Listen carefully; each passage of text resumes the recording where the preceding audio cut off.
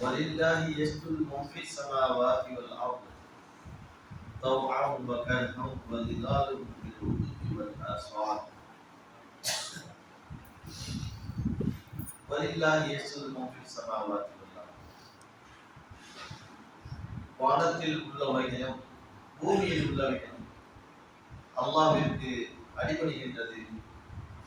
தௌஅன் வ கர்ஹா, விரும்பியோ அல்லது நிர்பந்தமாகவோ அந்த அல்லாஹ்விற்கு அடிபணிகின்றது.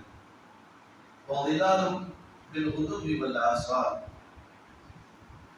காலையிலும் மாலையிலும் அவருடைய நிழல்களும் அந்த இறைவனுக்கு அடிபணிகின்றது.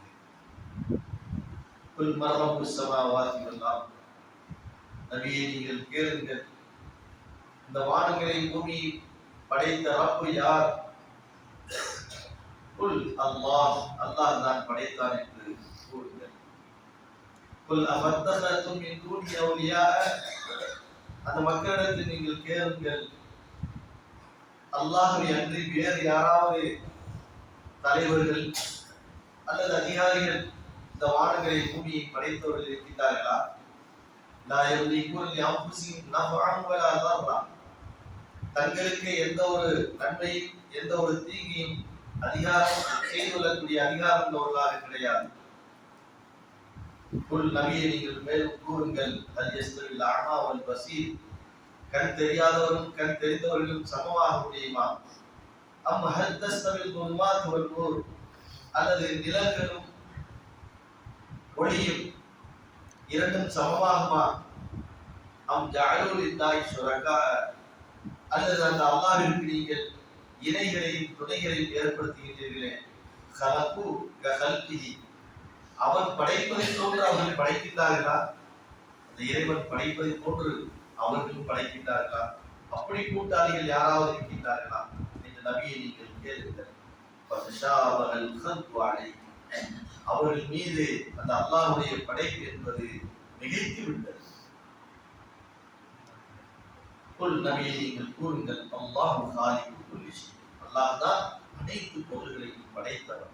வஹுவல் வாஹிதுல் கஹ்ஹார், அவன் தனித்தவன், அவன் அல் கஹ்ஹார், அதாவது அதிகாரம் உள்ளவன், அடக்கி ஆளக்கூடியவன் என்று நபியை நீங்கள் கூறுங்கள்.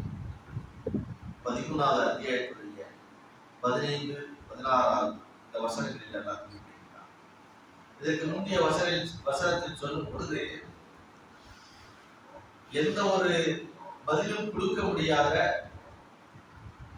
ஒருவரிடத்தில் நீங்கள் என்ன செய்யுங்கள், பிரார்த்தனை பண்ணுகின்றீர்கள்.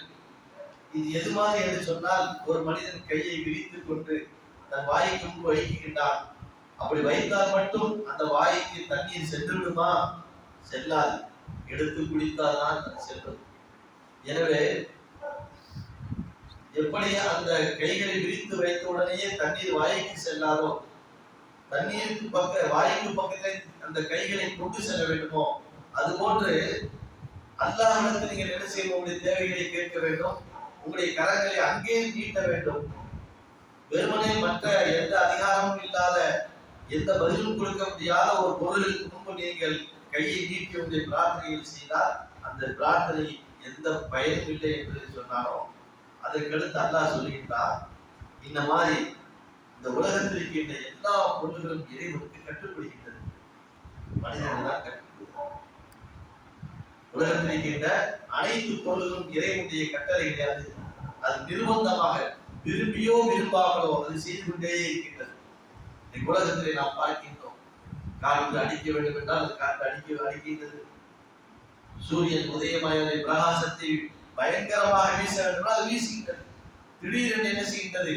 அது மறைகின்றது, மேகம் வருகின்றது, நிழல் தருகின்றது. இப்படி உலகத்தில் இருக்கின்ற எல்லா பொருள்களையும் எடுத்து பாருங்கள், அவைகள் அந்த துணியான வேலைகளை செய்து கொண்டிருக்கின்றது.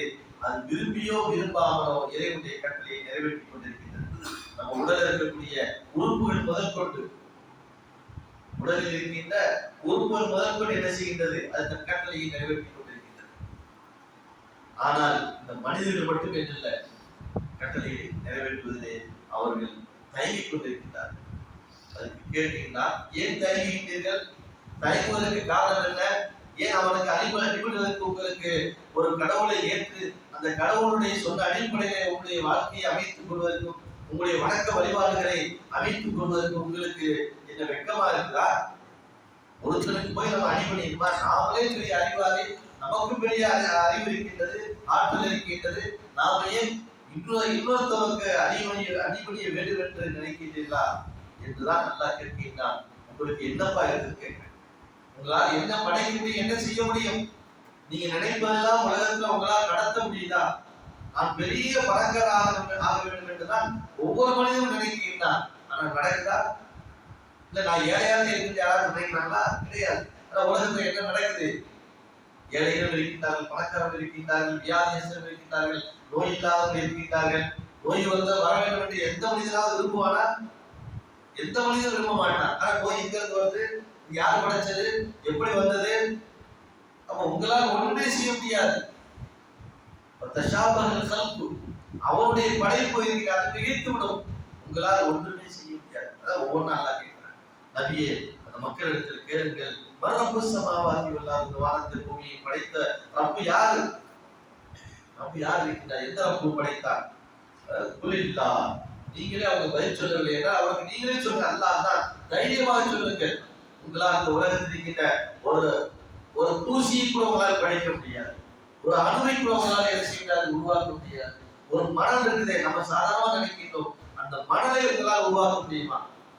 ஒரு மணலை அதான் கேட்கிறேன். நபி, நீங்கள் தைரியமாக கூறுங்கள், அல்லாஹ் தான் படைத்தான், வேற யாரும் படைக்கவில்லை.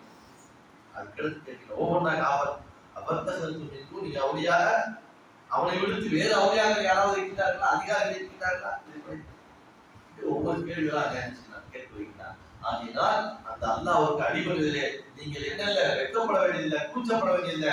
தைரியமாக நீங்கள் என்ன செய்யலாம்? அவனுக்கு வழிபட்டு அவனுடைய கட்டளைகளை நீங்கள் நிறைவேற்றுங்கள். இந்த உலகத்திற்கு எல்லா பொழுதும் அவனுடைய கட்டளைகளை நிறைவேற்றி கொண்டிருக்கும் பொழுது உங்களுக்கு மட்டும் என்ன தயக்கம் என்ன செய்யலாம் கேட்கிறான்.